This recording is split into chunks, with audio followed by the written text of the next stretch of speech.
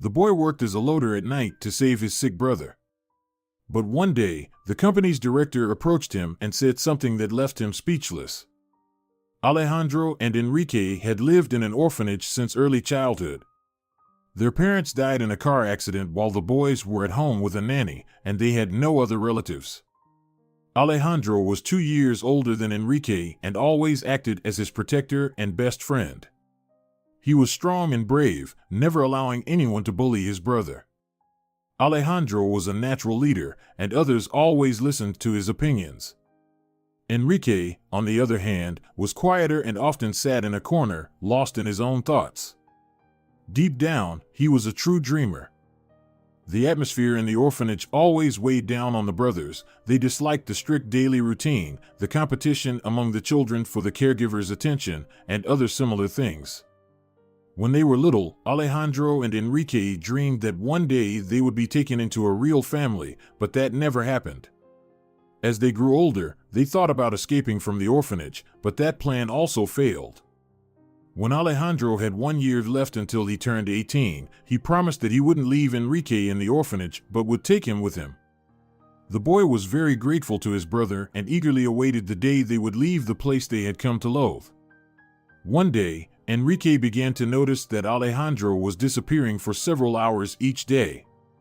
This seemed very strange to him, as there were no places left in the orphanage where one could hide from others. Enrique searched all the rooms a couple of times, but he couldn't find his brother anywhere. When Alejandro returned, he had the most mysterious look on his face. Enrique asked him where he had been, but he only pressed his index finger to his lips. "When the time comes, I will tell you everything," he said in a conspiratorial tone. Enrique burned with curiosity, eager to uncover his brother's secret. And then came the day when Alejandro quietly beckoned Enrique to follow him after lunch. At that time, the teenagers usually watched TV, read books, and did whatever they wanted, so no one would notice the boy's absence. Alejandro led the surprised and intrigued Enrique down the stairs. They descended to the first floor, and the older brother opened a creaky door leading to an old basement. The younger boy didn't understand why they were going there. He had been to the orphanage basement 100 times and knew there was nothing interesting there. In this spacious room with low ceilings and massive wooden beams, old items accumulated over the years of the orphanage's existence were stored. When Enrique entered the basement, a cool and slightly musty air hit him immediately. The walls were made of rough bricks, some covered in cobwebs. The room was dimly lit, with light filtering in only through small windows high up on the walls. Because of this, the boxes arranged along the walls appeared sinister. Enrique didn't like the dark. He felt like a terrible monster could jump out at any moment. "Alejandro, why are we here?" the boy asked, trying to keep his voice steady. "I don't really like it here." However, when his older brother glanced at him, Enrique realized that Alejandro didn't share his fears. Alejandro's eyes sparkled even in the dim light. "I'm going to show you something that will leave you absolutely thrilled," he promised and pulled Enrique toward the back of the room. There, in the corner, stood a massive wooden table covered in a layer of dust. On it sat an old computer with a wide monitor that looked like a true artifact from the past. Completing the scene were a keyboard with worn-out keys and an ancient mouse. Alejandro sat on a creaky chair, pressed a button, and the computer screen lit up. Where did all this come from? Enrique wondered.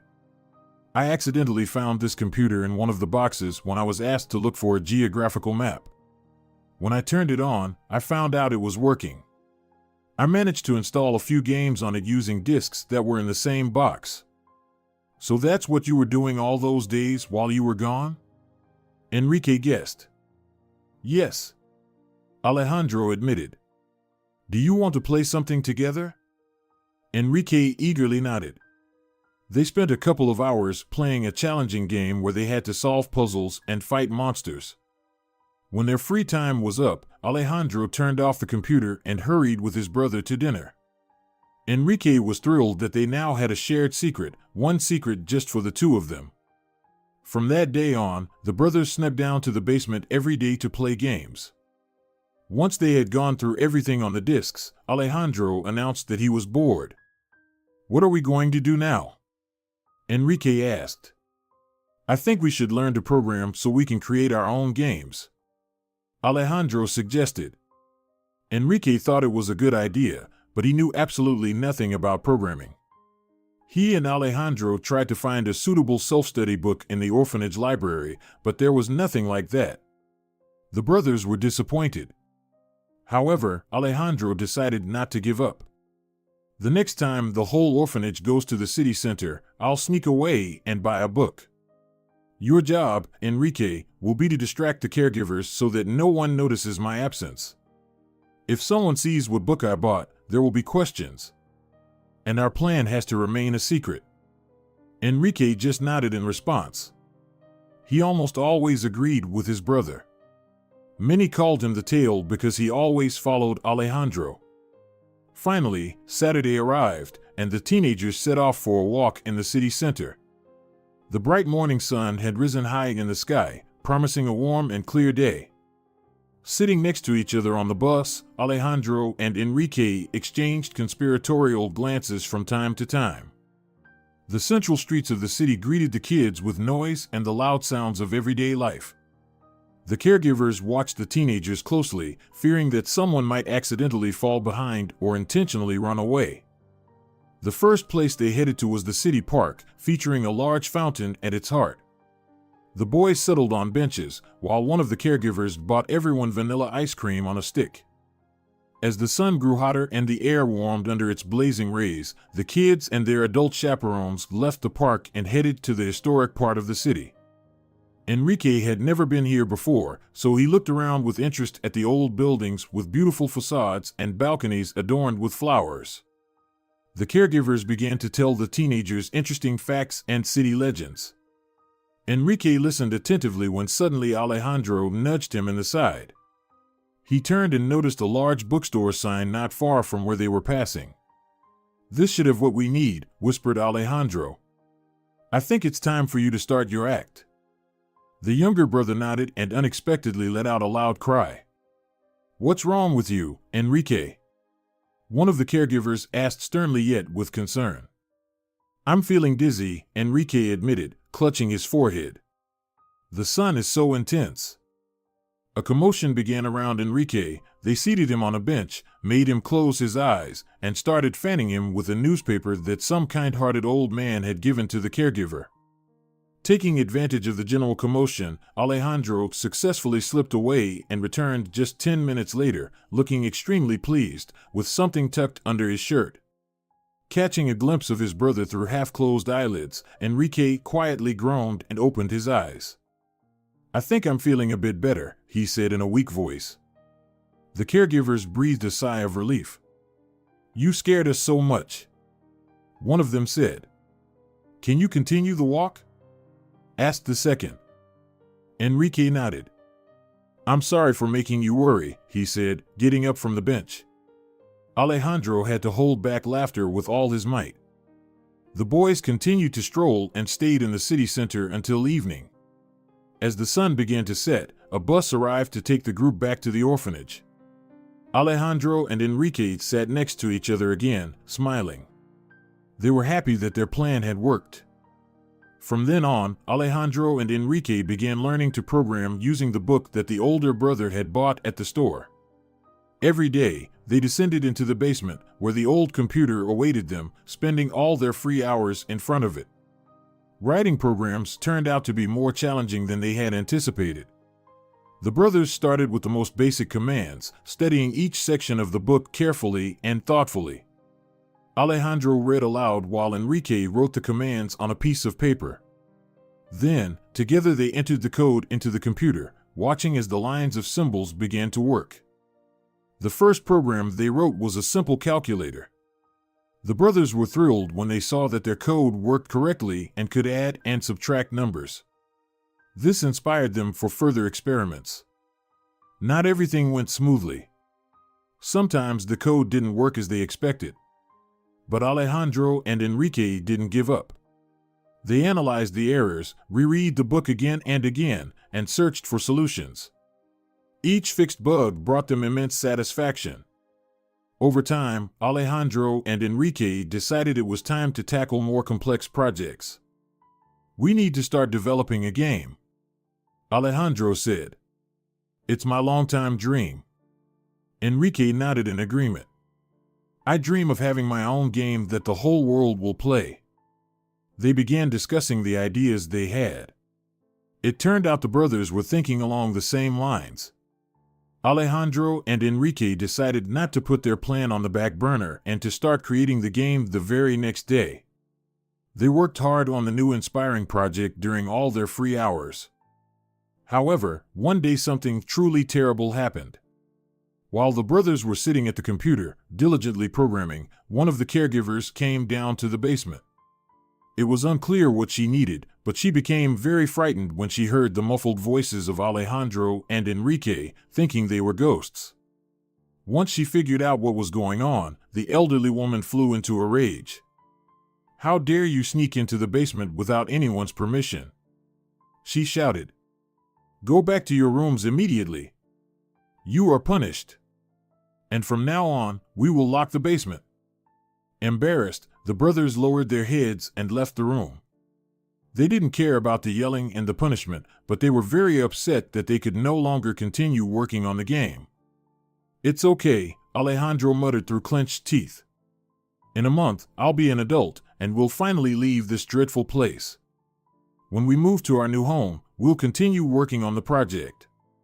Enrique simply nodded excitedly in response. He knew that very soon his life would change beyond recognition, and he eagerly awaited it. When it was time to leave the orphanage, the brothers packed their few belongings and descended to the hall. It was early morning, and most of the kids and caregivers were still asleep. "We need to get into the basement," Alejandro whispered. Enrique looked at him in confusion. "But why? How do you not understand?" The older brother replied in surprise. "All the data for our game is saved on the local computer. We need to copy it." And he quietly showed his brother a flash drive. "Where did you get that?" Enrique asked in astonishment. "I begged it from a friend in exchange for the watch I got for my 18th birthday." "Seriously?" The younger brother couldn't believe it. "You decided to give it up?" "I really need the flash drive right now."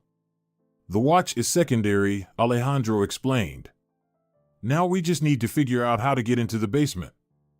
Enrique thought for a moment, and then his face brightened. "I think I have an idea."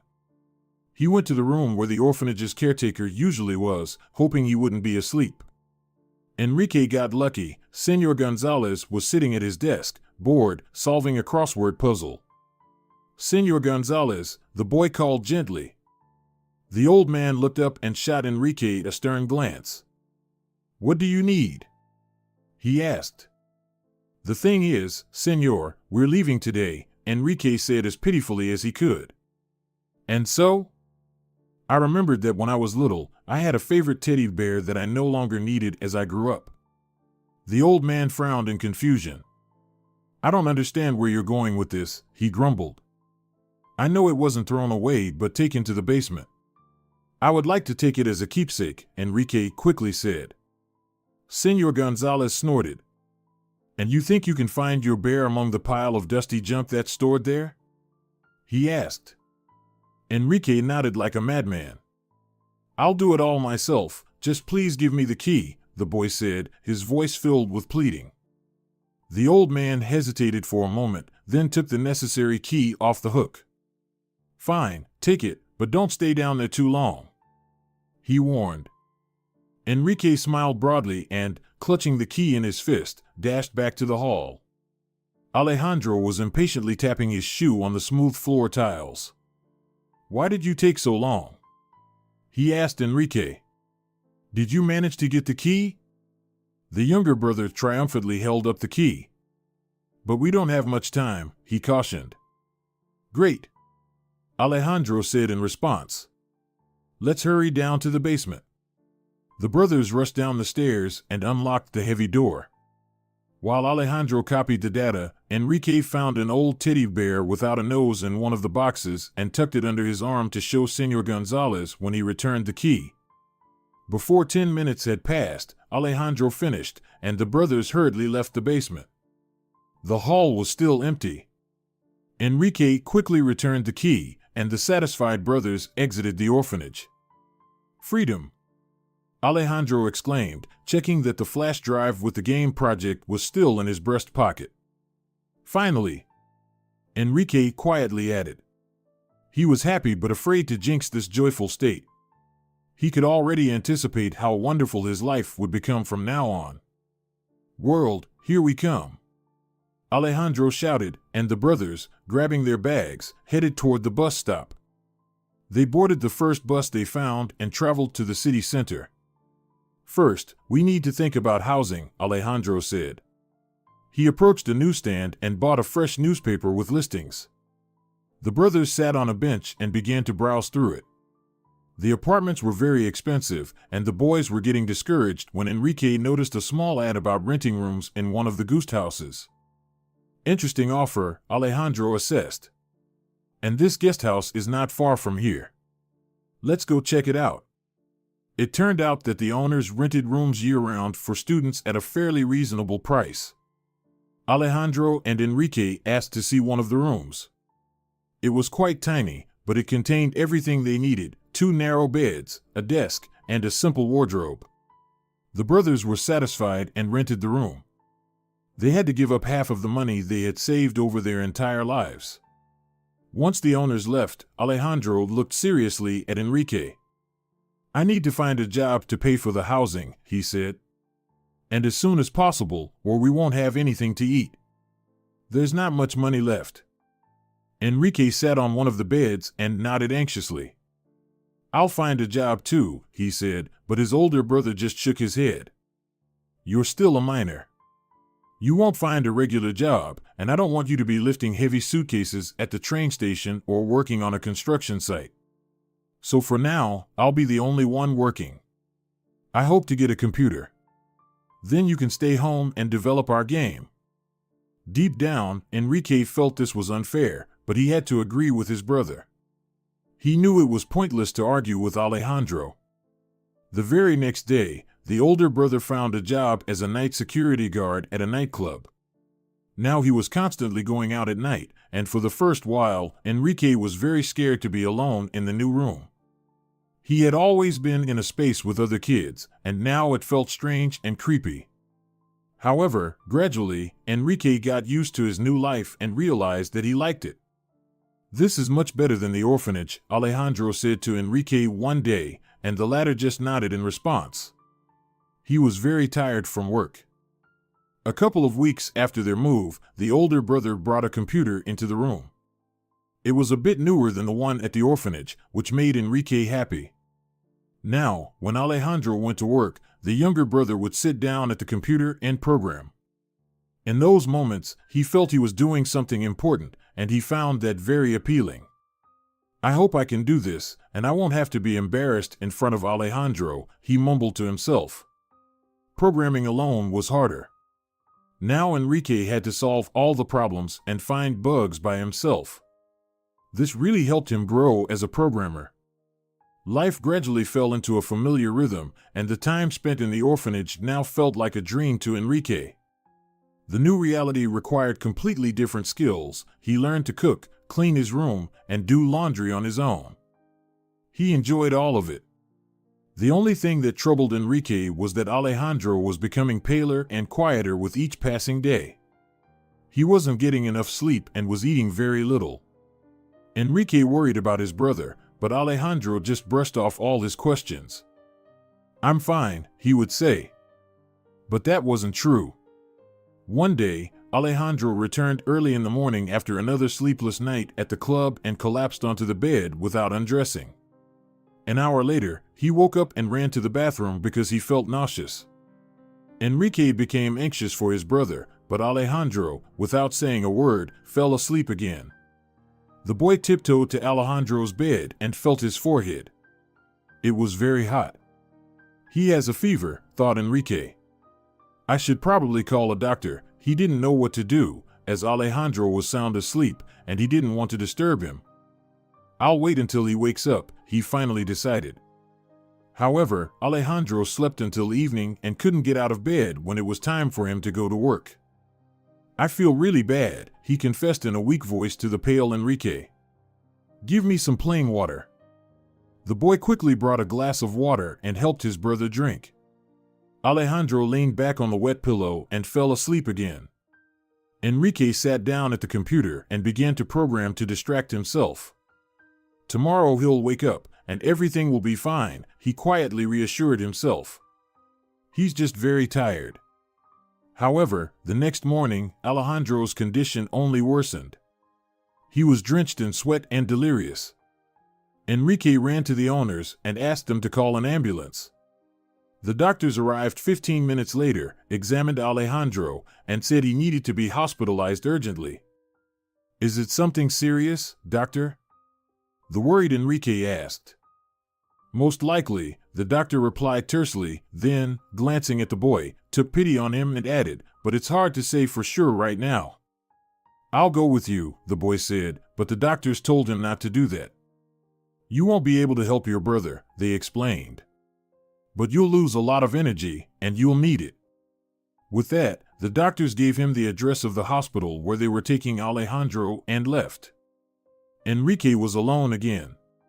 He couldn't find a place for himself, worrying about his brother, and sat back down at the computer to distract himself.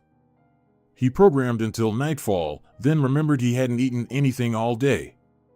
Deciding to head to the communal kitchen, Enrique got up from the computer and left the room. In the kitchen, he took a piece of bread and spread some butter on it. At that moment, he heard a noise behind him. Enrique turned around and saw an unfamiliar girl. He had never seen her before and was very surprised. The girl looked strange and resembled a boy more than a girl. She had short black hair and wore a loose, baggy hoodie and baggy jeans. A dragon tattoo was visible on her neck. She had piercings in her nose and lip, and her eyes were heavily lined with black eyeliner. "What are you staring at?" she asked rudely. "Nothing," Enrique stammered, almost dropping the bread. The girl walked over to the fridge and took out some orange juice. "Want some?" she asked. Enrique shyly nodded. The girl grabbed 2 glasses and poured juice into them. Enrique took one and took a sip. "My name's Marissa," the girl said, drinking half of hers at once and pouring more. "Enrique," the boy replied, shifting nervously from one foot to the other. "How long have you been living in this dump?" she asked, sitting right on the kitchen table. "A few months," Enrique answered. "Sit down instead of standing there," the girl said bluntly, nodding at one of the chairs. Enrique carefully sat down, afraid of spilling the juice. The girl fell silent, thoughtfully examining her multicolored nails with designs. Enrique mustered the courage to take a bite of his sandwich. "Why is she so cheeky?" he thought to himself. "But it's not a dump," he said firmly, chewing his bread and washing it down with juice. "Did you say something?" the girl asked again. "Sorry, I didn't hear." "It's not a dump, it's a perfectly normal place," Enrique repeated a bit louder and added after a moment's thought, "much better than the orphanage." "So you're an orphan?" Marissa asked, raising a thick black eyebrow. Enrique just nodded in response. He had lost his appetite. Moreover, he remembered Alejandro. How was he doing? "Who do you live with here?" the girl asked meanwhile. Enrique hadn't noticed that she had gotten off the table and was now hovering over him. "With my brother," the boy admitted, looking up at her. "Is he cute?" Marissa smiled. Enrique swallowed hard. "Yeah. But he's sick," he said barely above a whisper, and unexpectedly found himself telling the girl everything. She listened attentively. "Wow," was all she said. Enrique nodded. "Don't worry so much," the girl exclaimed, staring at him. "He'll get better just like he got sick." "I hope so," Enrique whispered. "Stop moping." Marissa nudged him in the shoulder. Let's go for a walk. Let's hit the club. Enrique stood up. No, I need to work on my game. Marissa squinted in confusion. What game? She asked. The one with Alejandro. On the computer. I'm a programmer, Enrique said. Marissa snorted. So you're a nerd, huh? She shot back. Enrique was tired of letting the girl feel superior. And you? He challenged. Marissa shrugged. What about me? I draw tattoos. In a shop. I was studying to be a designer, but they kicked me out for bad behavior. With that, Marissa giggled and winked at Enrique. He awkwardly looked down. So you can draw well? He asked. Well, yeah, pretty well, Marissa replied, not the least bit embarrassed. Enrique pondered. Maybe this meeting was not a coincidence. He and Alejandro could use a good designer. Could you draw the graphics for the game? Enrique asked directly. Anything you want. The girl exclaimed confidently. I can do it all. Really? Enrique nodded and involuntarily smiled. Marissa shot him a curious glance. If you don't want to go to the club, maybe you could at least show me the game? She asked. I'll show you, the boy replied firmly. He wasn't sure if he could trust this girl, but he thought he should take the risk. Marissa didn't express any emotions about their idea, but when Enrique finished explaining the game and looked at her, she nodded. I'm in, she said. But we won't be able to pay you for your work, Enrique warned. At least not until the game becomes popular. That's obvious, Marissa replied bluntly. I'll help because I'm curious. I don't need money right now, my dad pays my credit card, so I'm all set. There's not much work at the shop, so I have plenty of time. Enrique felt relieved to hear that.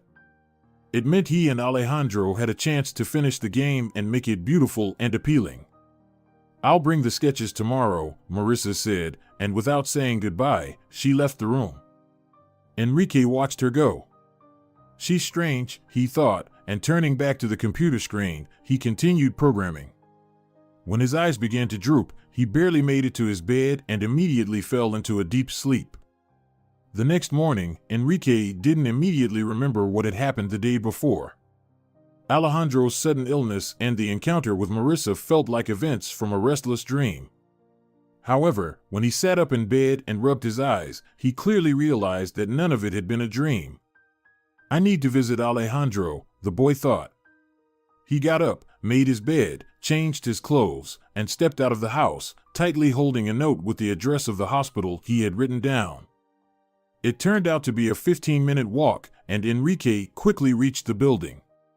In the lobby, he was greeted by a smiling receptionist who told him the room number where Alejandro was staying. With his heart pounding, Enrique entered the elevator and pressed the button. He was very anxious about his brother and wanted to see him as soon as possible. However, on his way to the room, a doctor in a white coat blocked his path. Are you by any chance Alejandro Moreno's brother? He asked. The boy nodded in response. Yes, I'm his brother. I came to visit him. How is Alejandro, doctor? The doctor's face darkened. Unfortunately, I have some unsettling news for you. Alejandro is seriously ill. The illness is progressing. The young man needs to undergo costly treatment. These words struck Enrique like a bolt of lightning. But, doctor, we're orphans, and we don't have money for treatment. I'm still a minor, and Alejandro won't be able to work now. A deep wrinkle appeared on the doctor's forehead. Yes, I understand, but there's nothing that can be done here. It's not just your brother's health at stake, but his life. Enrique couldn't believe what he heard. So, Alejandro could die. And only he could help his brother. See, can I see him now? Enrique asked in a quiet voice. The doctor shook his head. He's resting. It's best not to disturb him, he said, and added, you should go home and collect your thoughts. You look like you're in shock. Of course, Enrique replied, bewildered. Lowering his head, he walked home. On the way, the boy accidentally noticed a flyer on one of the poles. A transport company was looking for loaders. Without a second thought, Enrique went to the address listed and asked to be hired. At first, they refused him because of his young age, but when Enrique told his story in a shaky voice, they agreed to give him a chance. He started working that very night. He unloaded goods for over 5 hours and returned home completely exhausted. Collapsing onto his bed in his dirty clothes, Enrique fell into a deep sleep. He was awakened by a loud knock on the door. The boy barely got up from his bed and stumbled to the threshold. His knees and hands trembled desperately as he turned the doorknob. "Are you still sleeping?" Marissa asked impatiently, standing in the hallway with a pile of white sheets of paper in her hands. "I worked all night," Enrique replied weakly. "Can you let me in?" Marissa said, her impatience evident. Enrique obediently stepped aside. The girl entered the room and sat on Alejandro's unmade bed. "Look, see what I've created," she said. Enrique sat down beside her and started examining the drawings. Marissa definitely had talent. Enrique couldn't help but admire the precise lines of the sketches. "I think it turned out great," he said. "Can you draw like this in a graphic program?" "Of course," Marissa replied. "I just don't have a computer." "You can use ours," Enrique offered. "And where will you program?" the girl asked, looking at him intently. Enrique sighed. "Well, I work as a loader at night now," he confessed and recounted the conversation with the doctor about Alejandro. "Your brother is in serious trouble," the girl huffed, and Enrique felt his fists clench. "Does she not understand that this isn't funny?" he thought to himself. "Then I'll come by in the evening," Marissa declared nonchalantly, tossing the sketches onto the table as she headed for the door. Enrique stared at her in disbelief. "Bye," Marissa said without turning back before she left. When the door closed behind her, Enrique got up and turned on the computer. He needed to finish programming the game as soon as possible. Thus began a new phase of independent life for Enrique. Now he worked nights, then returned home and collapsed onto his bed. He slept for about 4 or 5 hours before getting up and starting to program. It was very hard for him, but one thing brought him joy: the game was nearing completion. Furthermore, Marissa was doing exceptionally well too. Every day, she showed Enrique her drawings, and he really liked them. "We're going to have an excellent product," he said. "You bet," Marissa replied. A little over a month passed, and the game was finally completely ready. Enrique and Marissa continued to play it to find any possible errors or bugs. "Everything is working perfectly," Enrique said, closing the game once again. Marissa, lazily sprawled on Alejandro's bed, nodded. "It's time to publish it on the gaming forum," she said. Enrique agreed with her. He had been thinking about it for a while, but hadn't dared to publish it until he was absolutely sure that there were no bugs in the game. Now that he and Marissa had checked it at least 100 times, Enrique was ready to take the risk. "I wonder how gamers will react to the game," he thought with anxiety and hope for the best. Without wasting any time, he published the game, crediting himself, Alejandro, and Marissa as the authors. The boy expected to see the first reviews almost immediately, but they didn't come. Enrique had to go to work. Throughout his shift, he could only think about how players would perceive their project. When he returned home early in the morning, he logged onto the forum and couldn't believe his eyes. Enrique jumped up from his chair and ran to Marissa's room. When he knocked, the door swung open, revealing a sleepy girl. "Our game made it to the top," Enrique exclaimed, unable to contain his emotions. The remnants of sleep instantly vanished from Marissa's face. "That can't be true," she said, disbelief in her voice. "But it is," Enrique shouted with excitement, jumping for joy. Marissa rushed into his room and sat down at the computer. "You're right," she cried. "We're geniuses." The two decided to go to a cafe right away to celebrate their joyous event. However, Enrique couldn't forget for even a second about Alejandro, who couldn't share these wonderful moments with them. They spent some time at the cafe before heading home, as Enrique needed to get some sleep before his next night shift. He fell into such a deep sleep that he barely heard the alarm clock. "I think my strength is running out," Enrique thought bitterly. "Soon I'll end up on a hospital bed next to Alejandro." However, when the boy arrived at work, he was met with an unexpected surprise. Senor Alvarez, the company's director, approached Enrique, someone he had only seen in photographs before. He was an older man with dark, graying hair and piercing blue eyes. "Are you Enrique Moreno?" the man asked. Enrique nodded fearfully. He thought he had done something wrong and that the director was going to fire him. But the situation was somewhat different. "I wanted to talk to you about something," the director said. "Okay," Enrique replied, barely audible. "The thing is, my son, who is about your age, loves playing computer games.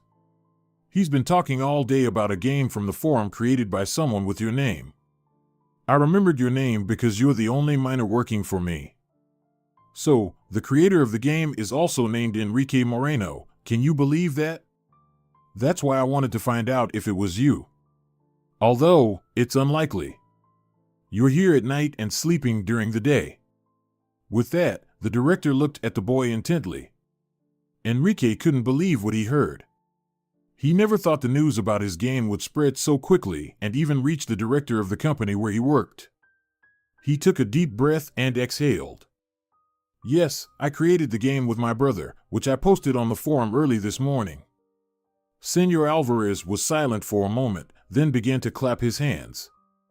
"Good job, kid. If you're not lying, you have real talent."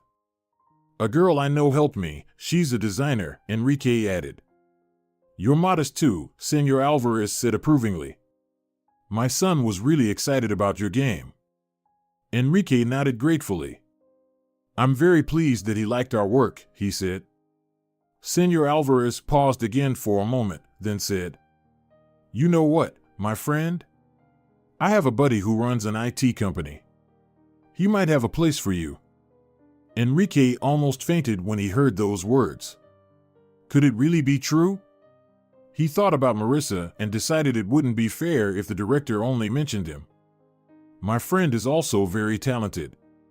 Perhaps your buddy needs not just a programmer, but a designer as well?" "Perhaps," Senor Alvarez replied. "I'll call him right away and ask." With that, he pulled a smartphone from his pocket and stepped away. 5 minutes later, he returned to Enrique and handed him a business card. "Here's the address of my friend's company. He'll be expecting you and your friend for an interview tomorrow at noon. Come on, kid, don't let me down." Saying this, the director patted Enrique on the shoulder and left. The boy stood there, mouth agape in astonishment and joy, holding the cardboard rectangle in his hands. The next day, he and Marissa went to the interview, which went more than successfully. Enrique and his friend couldn't believe they got the job. Now the boy didn't have to unload goods at night. He could do what he loved for a good salary. Additionally, the owner of the company decided to buy the rights to the game from Enrique and Alejandro, and the amount he was willing to pay fully covered the expenses for his older brother's treatment. There was even enough left over for Marissa's fee. Everything was turning out more than wonderfully. Enrique couldn't believe his luck. However, when he entered the shared office on his first day, where other programmers were sitting, he heard disdainful whispers. "And here comes the newcomer," someone hissed. "Show off." Enrique turned around but couldn't tell who said it. Everyone pretended to be hard at work. Marissa, who had entered with Enrique, remained silent. She chose a spot by the window next to a handsome bearded programmer and spun around in her chair. "Cool," she exclaimed so loudly that many employees jumped in surprise. "I like it here." I wish I had her boldness, Enrique thought to himself. Marissa's comment somewhat eased the tension he felt upon entering the office, but he still felt uncomfortable about what he had heard. He sat down at another empty desk and turned on the computer. The office was very modern, and it took Enrique a little while to get used to it. However, he quickly figured everything out and began working on his tasks.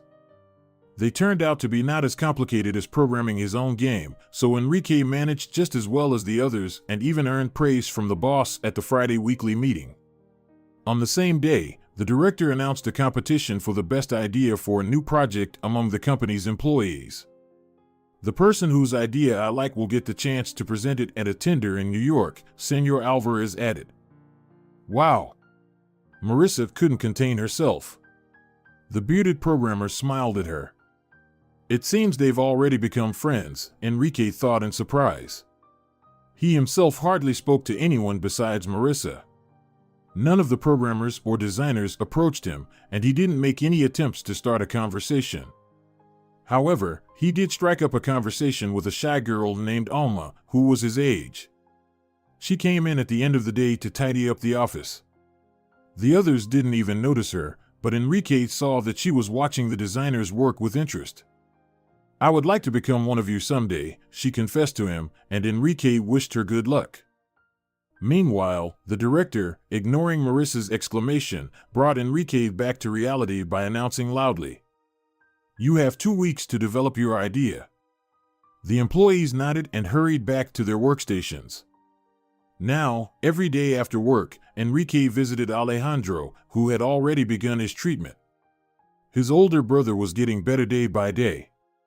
When the boy returned home, he sat at the computer and worked on his project idea. He thought Marissa would help him again, but she left every evening for some reason. However, after a week and a half, she unexpectedly appeared at Enrique's door. Her eyes shone strangely, but the boy didn't think much of it. "How's your idea? Will you share it?" she asked in an unusually gentle tone. Without sensing any trickery, Enrique invited Marissa into his room and showed her his developments. Suddenly, the girl declared that she was terribly thirsty, and Enrique went to the kitchen for some water. When he returned, Marissa took a small sip and said she had to go. Enrique shrugged as he watched her leave. Marissa was acting strangely again, but he had long since gotten used to it. The meeting where employees were to present their ideas was scheduled for Friday. Enrique awaited this moment with excitement.